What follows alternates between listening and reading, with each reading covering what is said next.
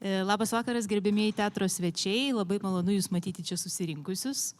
Šį vakarą mes susitikome teatre tokia labai įdomia proga. Spalio 25, 26, 27 dienomis Lietuvos nacionalinėme operos ir baleto teatre naujausia premjera. Šį kartą tai yra labai įdomaus žanro premjera, šokio opera, kurioje susijungs tiek šokio, baleto, tiek operos, tikėkime, patys gražiausi ir geriausi bruožai. Ir ta proga šį vakarą mes susitinkame su dviem premjeros kūrėjais. Ir man yra labai malonu pristatyti pirmiausia, tai yra premjeros choreografas, režisierius, kostiumų, šviesų, dekoracijų dailininkas ir poezijos autorius, maestro Itzikas Galiliu. I'm Itziku Galiliu, I'm not maestro, not yet, maybe when I die. Taip, Itzikas Galiliu. Ir jį kalbins, labai džiaugiuosi, kad jį kalbins jo ištikima bendražygė šiame spektaklyje, Ingrida Gerbutavičiūtė, kuri yra spektaklio dramaturgė, o mes ją taip pat žinoma šokio bendruomenėje pažįstame kaip nuostabią šokio kritikę ir tokia jau galima sakyti visų šokio dalykų ekspertė. Taigi šie du žmonės šį vakarą kalbėsis, tikiuosi, kad atskleis labai įdomių dalykų apie premjerą. Galbūt ne visus dalykus, nes kaip žinia reikia šį bei tą palikti po paslapties skraistę. Tad manau, kad šitie du šaunūs žmonės labai puikiai pasišnekės, tad perdodu estafetę jums. Puikaus jums vakaro apie. Taip, labai svarbi pastaba, kad šio vakaro pokalbis vyks anglų kalba. Manau, kad jeigu kažkam kažkas bus neaišku, tai tikrai galite po to prieiti prie Ingridos, jinai viską detalizuos, patikslins, ar ne, Ingrida, nu juk galėsi tikrai. Suomet. Tai va, tai žodžiu, jeigu kažkam kils dėl to problemų, tai tikrai po susitikimo jas visas, manau, kad nesunkiai išspręsime. Tai tiek. Ir taip pat noriu priminti, kad po susitikimo, po tos pagrindinės dalies su kalbomis, taip pat labai lauksime jūsų klausimų. Tad galite jau dabar ir pokalbio metu pagalvoti, kągi kirbėtų sužinoti apie šią naują premjerą. Tai dabar jau aš tikrai viską pasakiau, ką reikėjo ir perduodu jau tą estafetę. Ačiū Laura už gražų pristatymą. Tai peršoku iš karto į anglų kalbą. Good evening everyone. Hello Itzik, thank you for being here with us. Thank you Laura once again, and thank you for those who are live with us at the moment.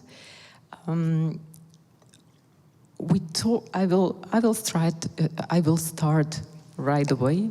We talked with Itzik a lot about the reason why and how he decided to create the dance opera. We were talking also about that in the press conference, few hours again, but I guess you wasn't there, and also our audience online didn't hear that, so I'm sorry, Itzik, but I would pose the same question again. How did it happen that you decided to create a dance opera? Okay, good evening everyone and welcome. Everything started in 1994 when was the first time that I actually create a choreography with text. There is a text from a CD. We used to have CDs once. And yes, thank you. And that particular CD names Short Stories by Kronos Quartet, track number 12. There is a piece of music with I. Scott, and the text is by I.F. Stone, who is a very famous and well-known journalist. And that was the first time when I actually started dealing with text and music. It was a piece which I named it a self-requiem. That was the last time I danced on stage. Whoa, so long ago. And I think after that I will start questioning bit by bit, will it be possible to transfer this particular genre's combination of text, music and dance into a different level. That's when it started, more or less. And how did it come to reality that you're staging now the dance opera in Lithuanian National and Theatre, Lithuanian National Opera and Ballet Theatre? Thank you. Well, first of all, I think it came too late.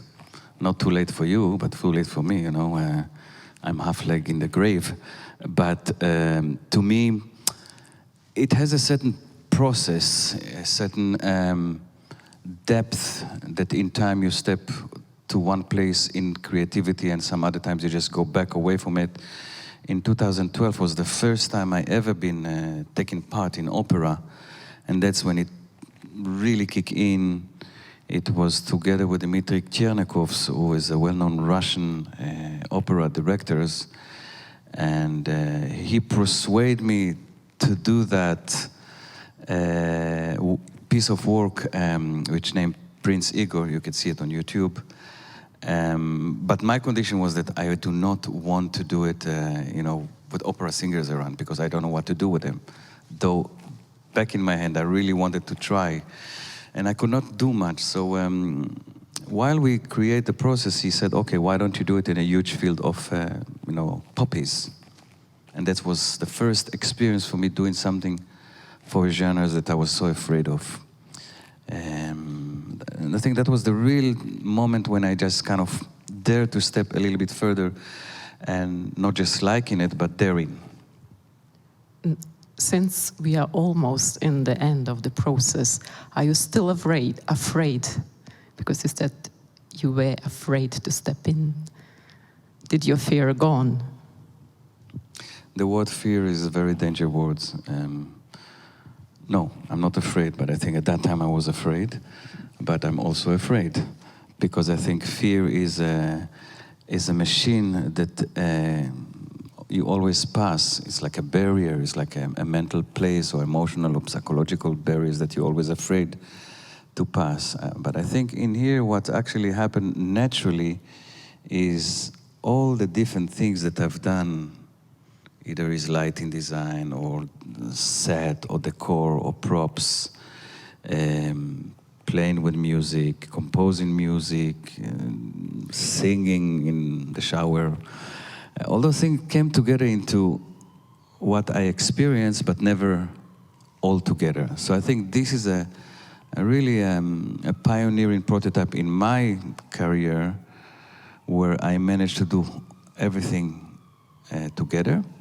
But what is out of the ordinary, or I would say out of the box, is the fact of writing also the poems for this. So just a little comment from my side for those who don't know what the dance opera Forever and a Day is based on, which is 10 poems which Itziku Galiliu wrote himself. And this is kind of libretto, more or less, of the dance opera Forever and a Day. The next question would be what kind of insights you learn from the opera, from the music, from the musicians, from the choir, which you don't have usually in dance or choreography. Ooh. Let's start with the singers, the opera singers. When I experienced, again, these things in the Metropolitan and I saw the opera singer delegating with Dimitri, it was quite fierce because, I mean, his position in front of them was dealing with top of the stars there are. And, you know, suddenly one of them want to sit on a chair that soft or a banana in these hands. And I was like, how can he deal with that? You know, I would freak out. I would be very, you know, in my position, I could say I'm well known, but, you know, if I have the glass, you know, a bottle of water, it's wonderful for me and I can sit on the floor, it's no problem. And I guess each one have his barrier and protections and a place where he is putting himself. So when I arrived here, I was really very much on guard. I thought, okay, who do I have to generate inside myself an energy or bring them into a certain place that I'll get closer to what I want. So the first days when I communicate with any of them was just like easy. It was so easy, like drinking a glass of water. So I was in a very immediate manner free. I felt that they are free. They ask very coherent questions, very clear questions, so it was very easy to answer. There was no mannerism of any kind. It was really great, beautiful experience. all of them, no exception. What do you think there are merging points of dance and opera? Because as a genre, dance opera certain exist in the certain houses and theaters in the world, but on another hand, it's still very innovative. So what would be, in your opinion, the merging points of these two genres? I would not presume to be any expert in that era. I very much cherish it, its line in its Olympus place. I had a friend the other day who is an art philosopher. When he saw what he saw, he thought it's a new genre, a new innovation of blah, blah, blah. And it didn't sink in, it did not come into my deeper place, understanding what it means. What I can tell about the process is that I create the words not thinking about the movement, but I create the words thinking about the emotional context they provoke. What does it do to me as much as what does it do to the other? And then after doing that, I took and put it in a totally different food processor. And then I thought, you know, how would you describe, let's say, a line, she will not, in movement? So it could be so many, you can say, she will not, you know. That's a very common thing. But how do you put it in a broader language? How can you provoke a whole world of movement that, while you put it attached to the text, to the singing, it brings an even deeper layers of communication. And what I found out was that if the movement are done a little bit before the words have a different weight. You know, I could just say she will not, or I can say she will not. It's totally different. So that was a beautiful small discovery of communications between the voice and the movement. Now bear with me, some of the moment within the dances are not easy to precede because, you know, they have to move very, very fast compared to the text. Though opera singers usually sing very, very slow. You can hear she will not forever. But in here, sometimes the she will not will be really, really fast. So again, where is the place that you can call it singing or libretto or just opera singer that's singing normal poems with an operatic voice? Those are the different, I think, layers and the genres that are, I think, molded one to another, and presumably and hopefully will reach the right peak. Okay, thank you. Let's go one step back and talk a little bit about your career, about your choreographer career as a choreographer. You started to dance in the Beddoor company, later on Bachelor 2 and Bachelor Dance Company. Then you moved to the Netherlands and you were appointed as artistic director of Ingrida Gerbutavičiūtė Dance in Groningen. Later on, after 11 years, if I'm right, you established dance group Amsterdam in Amsterdam, right? So my question would be, what are essential experience in those periods? I understand that it's your whole creative career, but if you could share a little bit of the insights of the most essential experiences in your career. Just a little bit to get closer to Itziku Galiliu and to his experiences. There, it will be easier. Wow, it's tricky. It's a very tricky question because I believe that what was essential for me is the moment that I got a slap on my face. And that's always been a waking call, you know.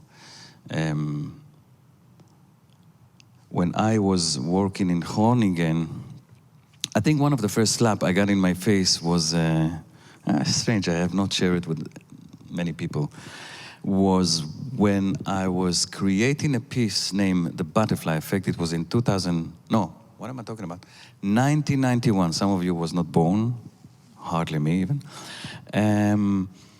I was taking a part in competitions for young choreographers, And one of the jury members said, "This is plagiat. I copy somebody." And they mentioned the name of a choreographer. I will not mention the name now. And I didn't understand and know anything about that. You know, I came from Israel. At that time, dance was just start bubbly. Beginning of the 90s, it was the moment Ohad Naharin arrived to Israel before the revolution happened. You know, there's before revolution and after. And I was in coma. I didn't know what are they talking about. So they put me away from the competition, and I was devastated. I was broken. I didn't know what to do. Who is against what? And one journalist, it was a newspaper called the Trouw, Eva van Schaik. She was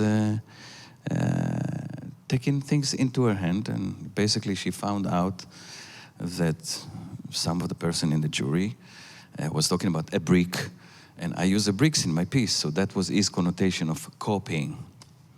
What's happened after that was a world of different. I was chosen to be the audience. I received the audience awards, and out of that story that was making such a big tararam, I call it a slap. I've been invited to work with NDT, Grand Theatre de Genève, Scapino Ballet, etc., etc., etc. That was a big, in really very short beginning, when someone just slapped my face and then suddenly just give me a kiss. So I think this was a very strong moment of a shift that's happened to me. After that, of course, 6 years after, they appointed me to run the company in Groningen. Then I moved to Amsterdam, and again, over there I got another slap. I think so all those extreme moments of disappointment or devastation or whatever, for me are more important than all those little moments of traveling. You know, strangely enough, I was in 1997 until 2005, I was the director of that competition, you know, the artistic director. So those are little things that's coming back in front. And I think there are few, but I don't think one was enough to mention. Maybe later on you can ask for more examples. We have a time for questions from the audience. Thank you, Itzik. Now I have a question about how you start to choreograph, how you start to create the piece from the idea, when you have an idea, until development of the choreography.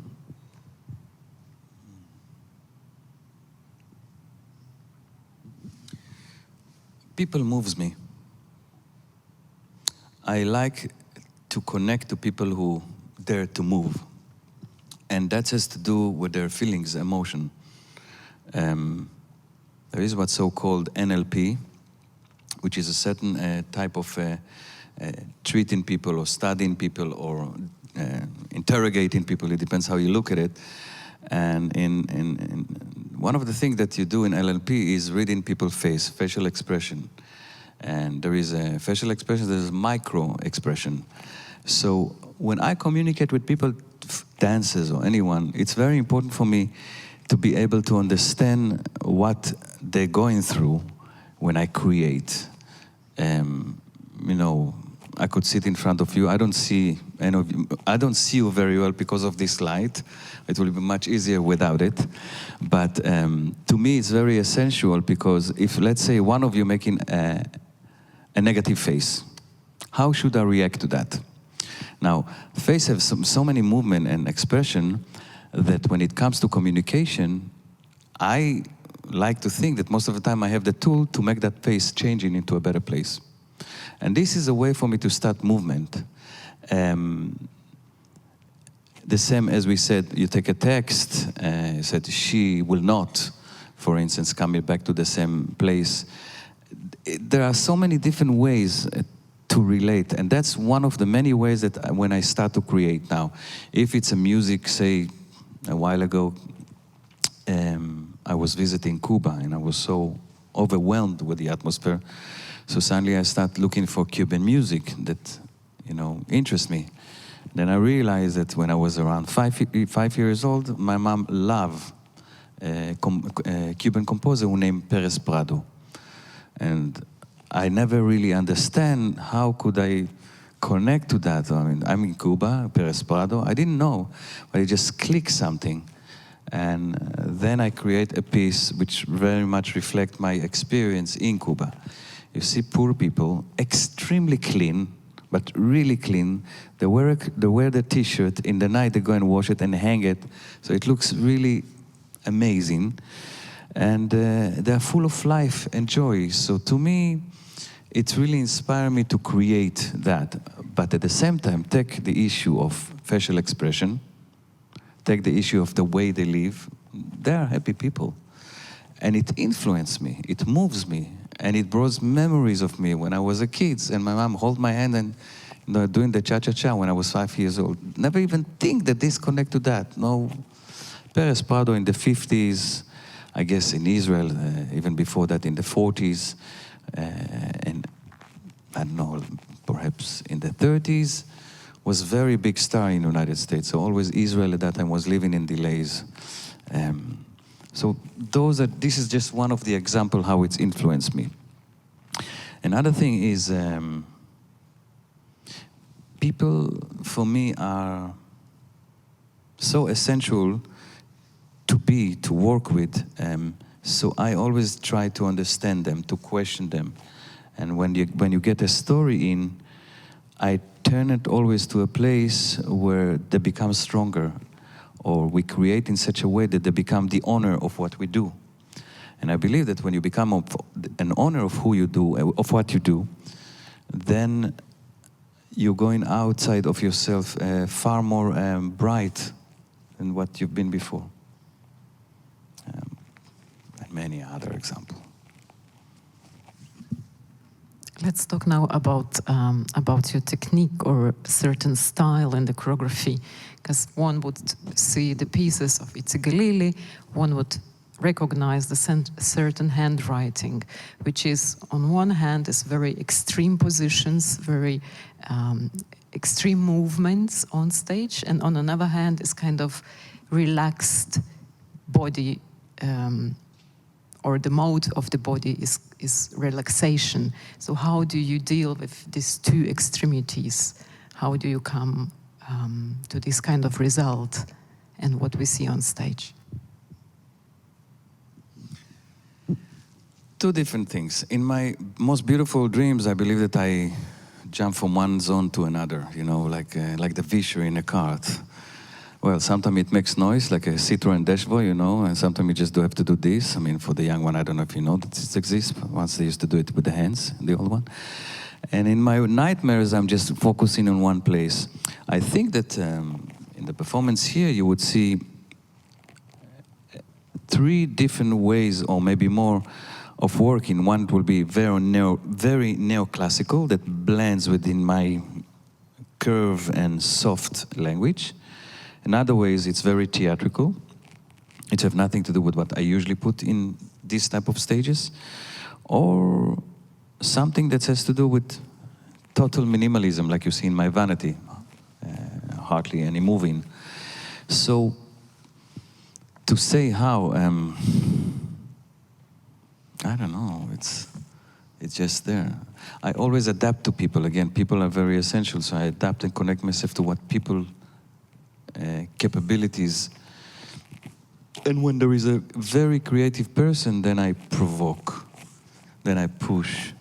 But a creative person versus non-creative persons, that's not good or bad. It's just different experiences. So it's beautiful to see a creative person, I can push him somewhere, and what actually happened to the one who is not creative as much. And that's for me a more challenge than the creative one, because the creative one I can push, you know, I can do it with little dots.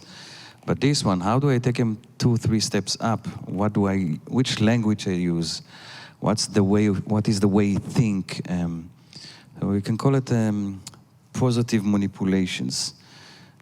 You can find a very limited dancers who have amazing brain, incredible brain, or you can find an incredible opera singers that is totally paralyzed when you ask him to move. So he will stand there and will not be able to move.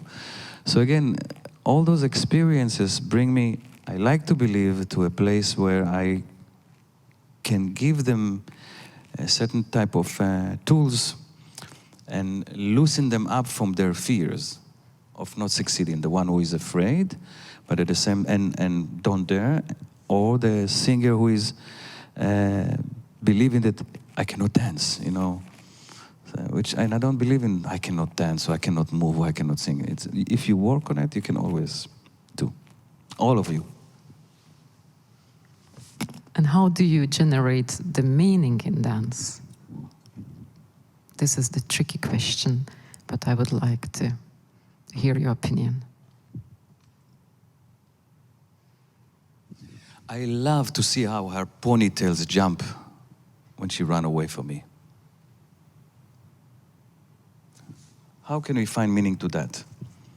I love to see how her ponytail jump when she ran away from me. How do you give that meaning? Imagine you hear the text and then you just do this. Simple as that.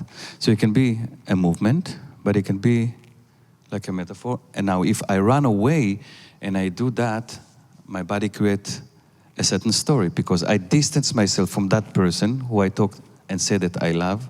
So distance is opposition of love. See?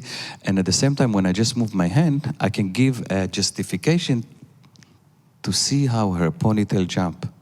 I can also run to that person and I can just say, which doesn't make sense. So in order for me to create a relationship, I have to run away from it because I cannot just see a ponytail jumping like that. So what will I do? It's a bit extreme. So you have to find a certain things that connected movement-wise to a certain sentence. And they have to be suggestive, but there is always, the story in it is it close? Is it, is it close? Is it distance? And it's have to be with the context of the whole idea of that particular moment. That's an idea.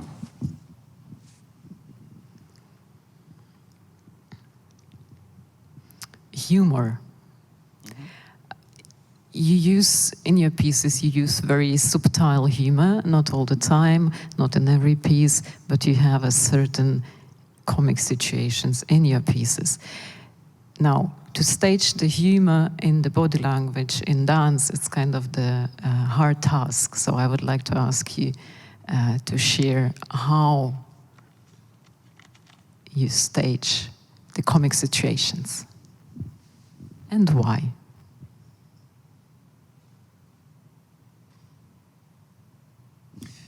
Whoa. I'll take an example. There is a piece that I was created long time ago, and I thought I'm going to create this piece, and I'm going to conquer the world. I was very much in the beginning, and this piece was living in the drawer for 7 years, and no one even look at it. No one even want to use it or to try it or nothing, absolutely nothing. Until one moment was one crazy person who was with a classical company, thought, I have to do something unique, something strange. Why don't I take something funny like this, very theatrical, and I put it in a classical gala evening? And the audience was flabbergasted. Everybody was laughing like crazy. I thought at that time, 6-7 years ago, it's amazing, it's incredible. Of course they will take it. And after that, I just forget about it. Why am I telling these stories? One of the hardest things is how you educate a viewer to open up something in himself in such a way that he can accept certain things better. Now, I'm talking a piece that's called The Sofa. It's a piece that was done, I think, in 1994, 95. And in that piece, you see a piece of music between man and woman dancing in a sofa. It's a very simple thing. It's a little bit funny. He push her, she push him. He sniff her, she sniff him. You know, what we normally do at home in the sofa after, sitting in a bar, coming home and having a good time together.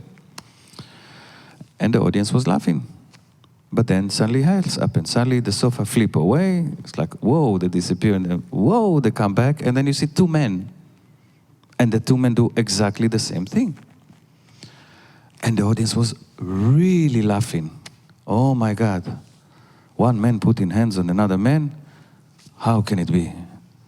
Now in Italy, you can see two men walking together and they are friends. In Israel, you can see two men walking together, they are anything you can imagine. But in some countries, you will be surprised. This is a taboo. It's not allowed. And I was thinking, what can I do to break something inside, and through the joke, through laughing, is actually provide them a possibility to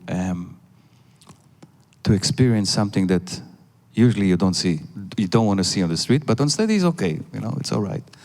So there is different type of psychological manipulations.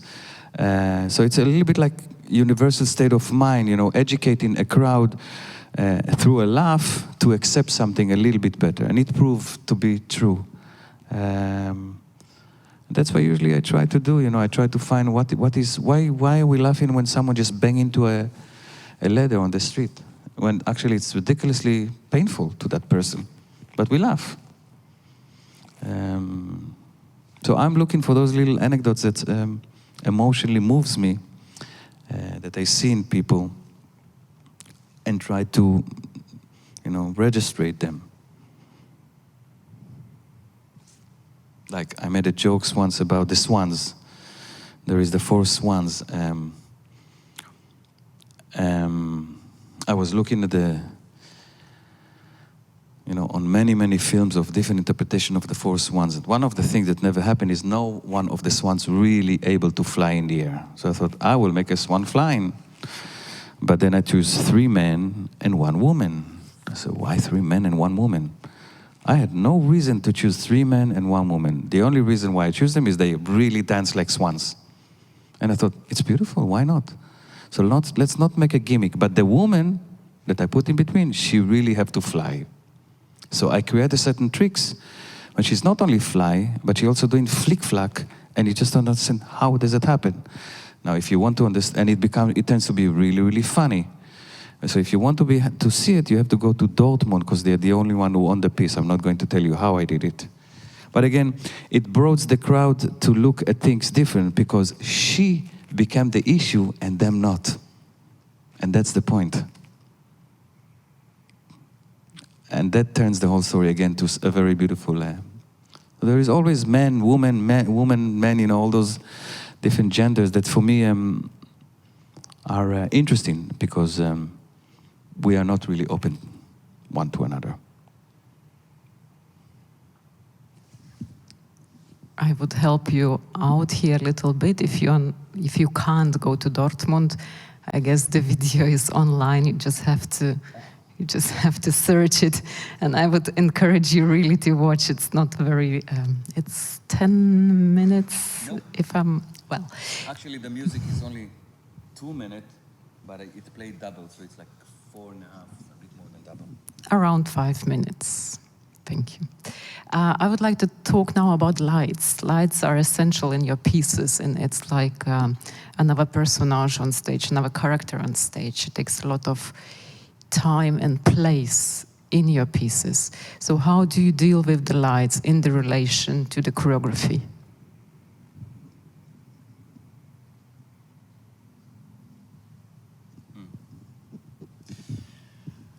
I started doing lighting because the people who I wanted to hire was too expensive. I'm damn serious. So I started having interest in light, because I traveled to these theaters, oh, it's too expensive. To this theater, oh, it's too expensive. So you cannot ask someone to come and work for 3 weeks for 500 euro. That's not possible. So some theater are able, some not. So that's when it started, actually.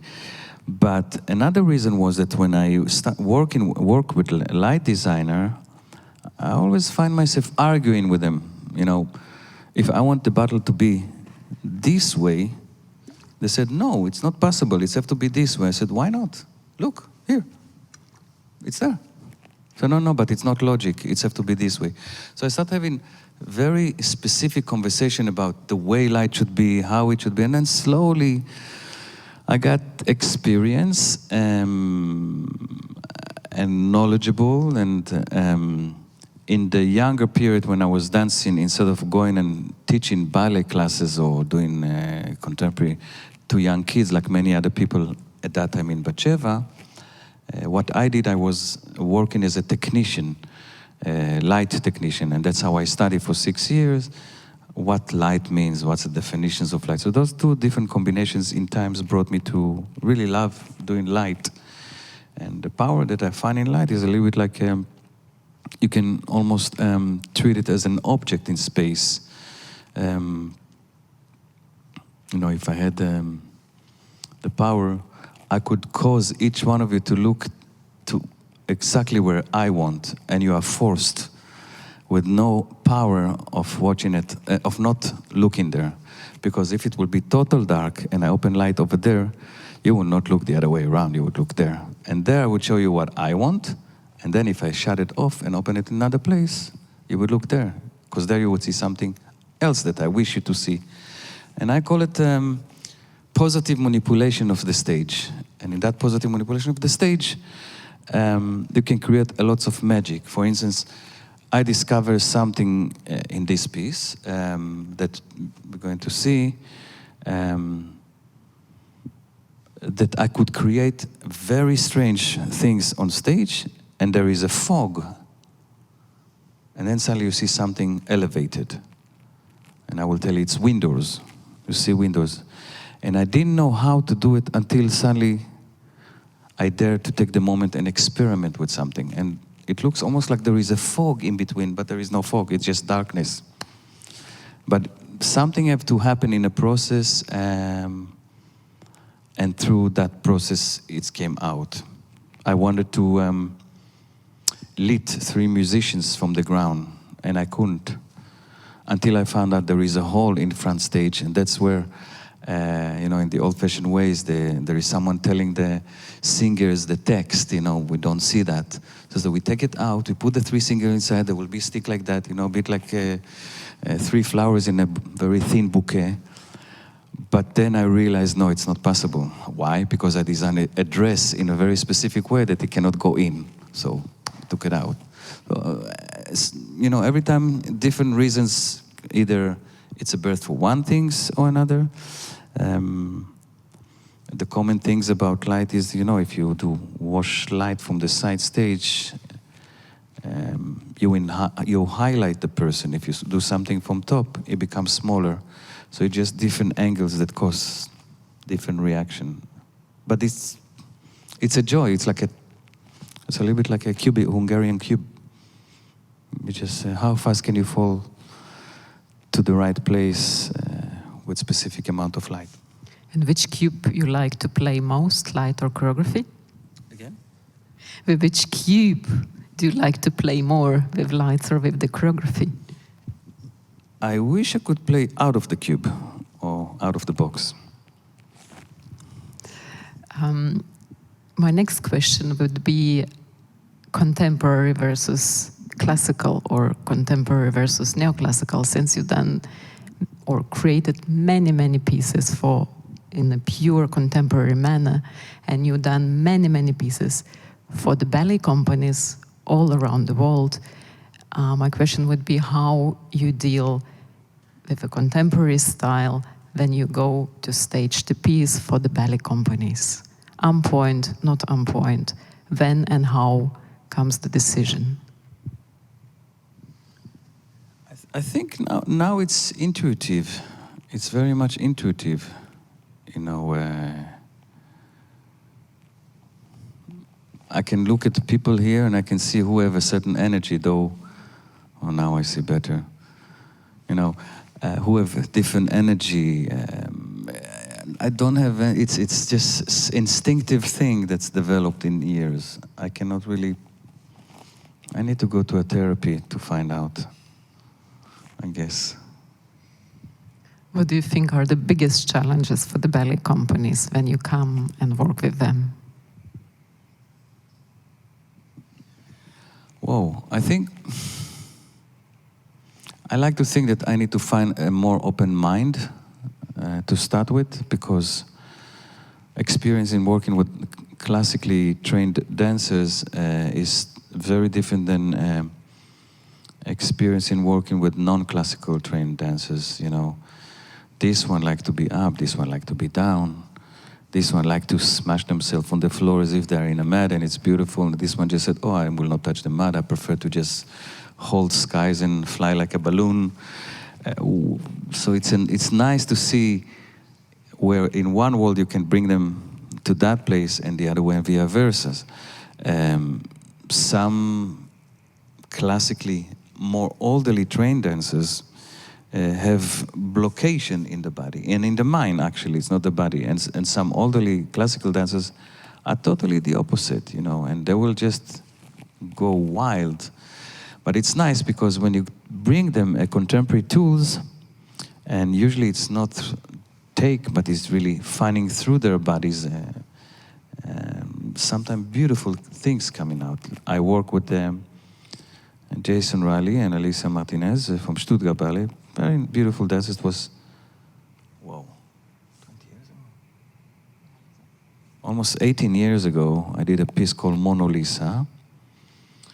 And they just throw themselves like mad dogs, but really throw themselves. And I'm not sure why. Maybe they've been young, I was young, but they're top classical dancers, trained.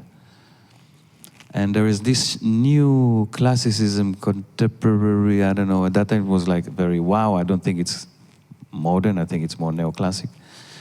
But when I managed to do things like that, it's opened door through that to other people. So I don't have to come and generate a certain mentality or psychological strategy of any kind. They're just ready. And I think in the company here, you know, I think what this will, I hope, I don't know, how could I think that? I hope that what this will cause is a broader way of opening different bridges to other discipline. I think this place here have an amazing capacities. The dancers are extremely hungry. They're very hungry to have other things than the classical things. You know, I spoke with one of the dancers, do you really want to stay here? And she said, yes, I like it here. So why? Because I like classic. I said, what about contemporary? She said, I love also contemporary. I said, do you think it's enough? She said, it will come. It was beautiful. You know, very 20 years old girls. It was nice to hear. I said, it will come. I said, how do you know? He said, you are here. So it's so I hope it opened more doors to those people. Thank you, Itzik.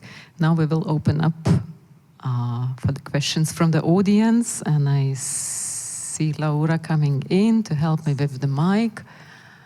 Yes, first of all, thank you very much for your beautiful conversation, for great questions and great answers.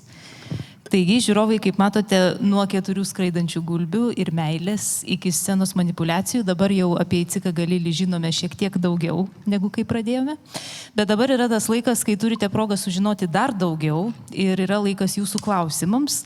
Norėčiau pastebėti, kad jeigu nedrąsiai jaučiatės klausdami angliškai, tai tikrai jokia problema, klauskite lietuviškai, aš tikrai padėsiu, viską išversim, išsiaiškinsim, viskas bus gerai. Tad laukiu jūsų auditorijos klausimų. Prašom.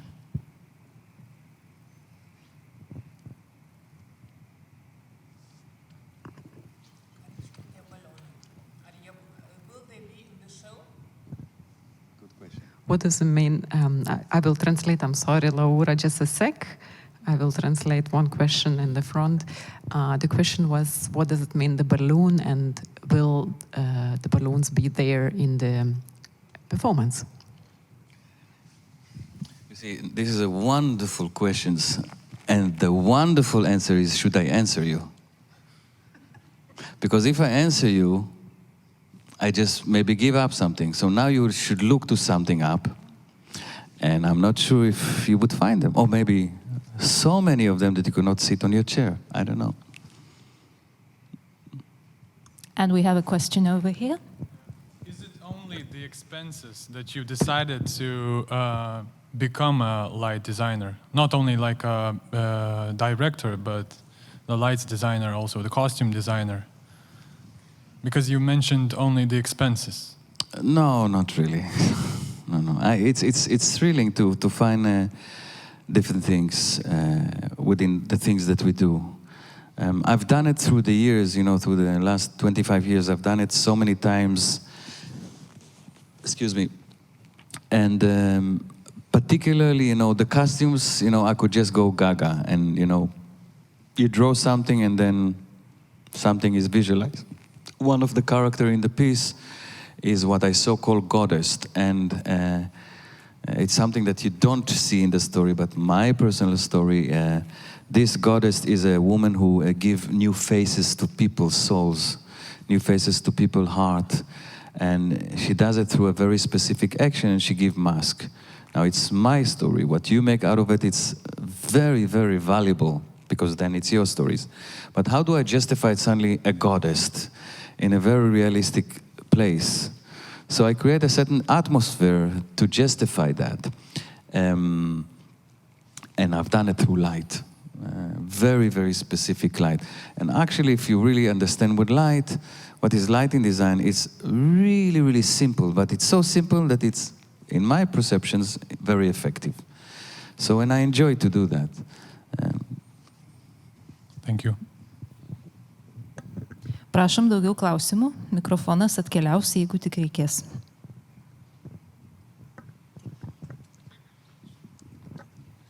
Why did you choose Lithuania? Why here? Why did you choose Lithuania? Why here? You answer that. Itziku You have to go back to 2008. You start. You start, I continue. This time, I was answering this question in the press conference 2 hours ago, so Itziku, please help me out. No, you go. It's good.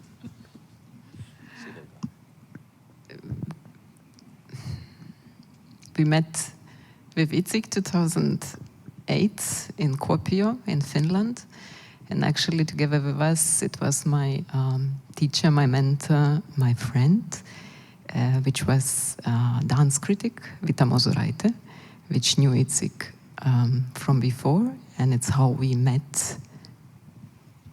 Yes. It's a start. Now you can continue. Okay, so that's where we met Vita, Ingrida, and myself, and it was we had wonderful, giggly, funny time. I like to be ridiculous, not just heavy like you might see here. For me, being silly is a beautiful thing to have, and allowing to do that, it's also nice things to have. And we had a wonderful night together. So at a certain point, Vita invited me here, and I arrived here, and then we met again in Germany, and I think it was in Tanzmesse.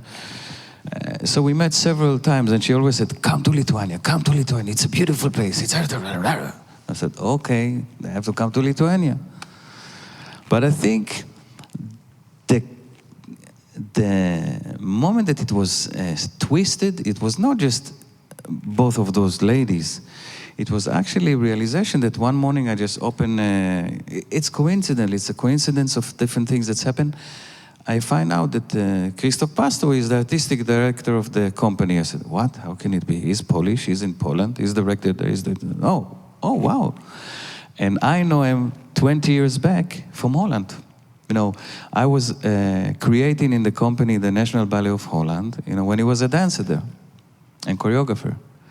So this, connected to him, connected to that, create curiosity. So I arrive here. He asked me if I like to do something for the company, and we choose a piece together. And I really enjoy what they did. So that's how it came into realizations. I'm not an easy person. You know, I like to go hard in what I do. But I have to say, you know, I like the people here. There is something in the energy that attract me. Plus, I went only one time out of the city, but it's a beautiful city. So there is something. I hate the winter. It's tough for me, but yeah, I like it here. And I think for me, when I like something, it's a soul connection. It's not just I'll go to the opera. It doesn't matter where. It depends with who.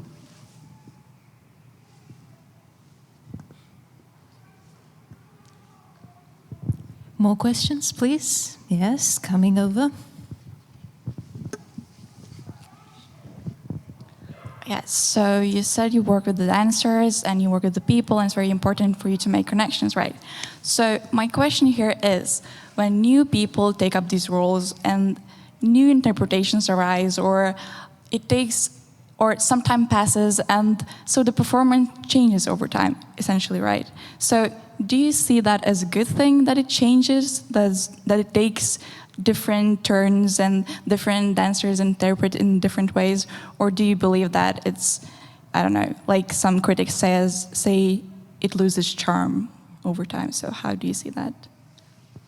So I'll tell you what I think about those critics. Shall I say? I'll ask the young one. You want me to say, huh? It's devastating. They are right.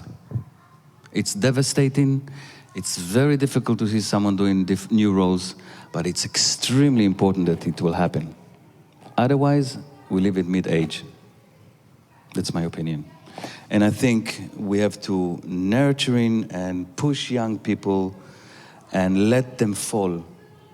Let them try and let them experiment and look at the theater in Lithuania. I mean, look at the history. It was whatever it was, and people just break their head in different places. Many different theater directors, how they become to what they become. If you look at the beginning of their history, it was like wild, crazy. So, and I think it's important in opera, in any discipline really, it's important. I mean, can you make a kid run before he walk? No. You have to fall, you have to get up, and that's happened also with young. It's so important to, Rita, the composer of the evening, in my perception, and I'm not a musician, I'm not a critic, I'm not nothing. I have my experience that I carry only. I think she's phenomenal. She's very, very gifted, and someone should take this person and just, carry her in such a way that she will be really developing further. Because I think what for me, again, it's for me only, I think that what she have done here is a beautiful, moving thing. Very beautiful, moving thing. So it's devastating, but it's important. Ačiū labai. Ar turėsime daugiau klausimų? Noriu priminti, kad klausti taip pat galite visiškai be jokių problemų ir lietuviškai, nebūtina angliškai.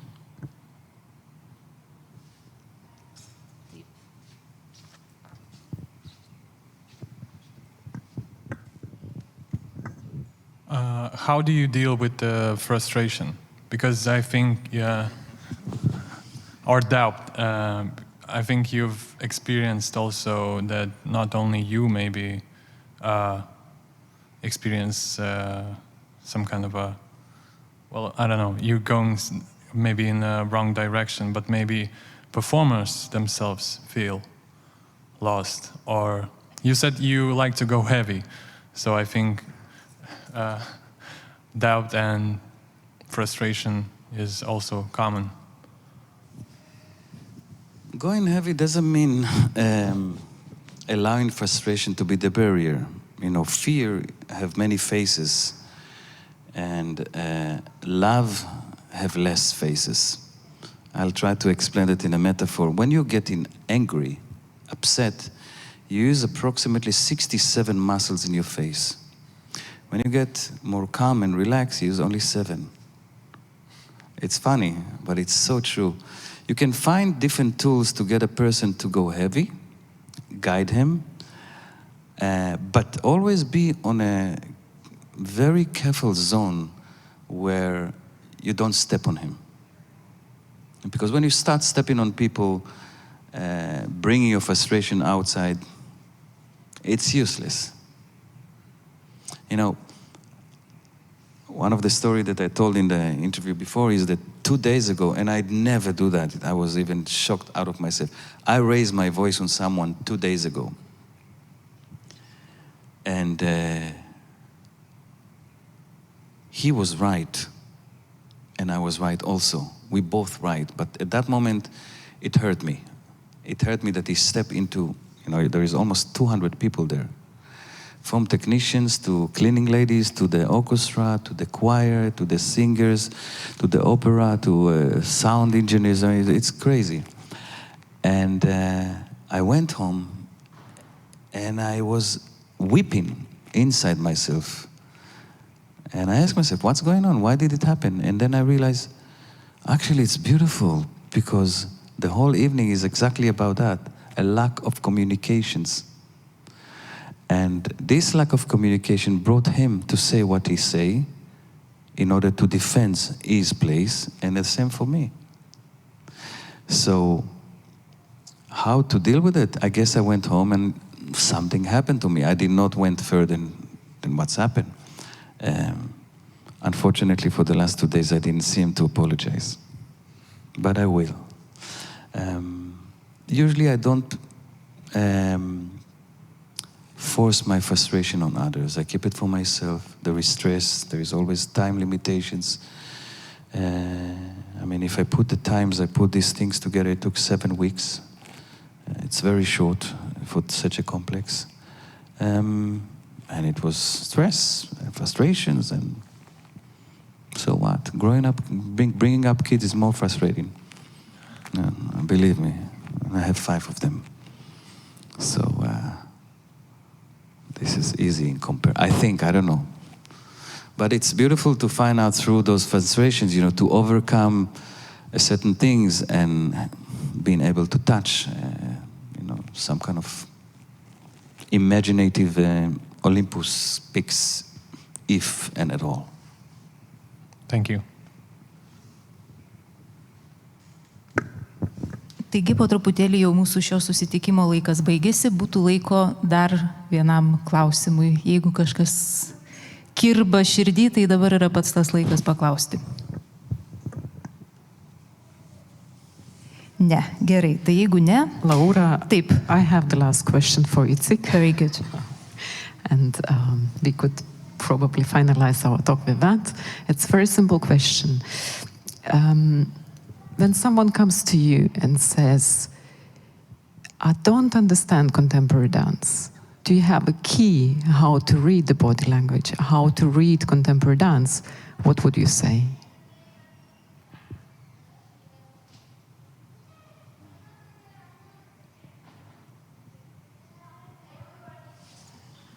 What do you think is contemporary dance? Dance. Okay. You can answer If to the question. If I would dance. ask you, do you know what is contemporary dance? Do you know what is contemporary dance? Do you like to know? Do you like to know? Can I teach you now? You see, it's a very nice thing because she reacts natural and I'm provoking. And this is exactly what I said before. Where are the borders that I can push?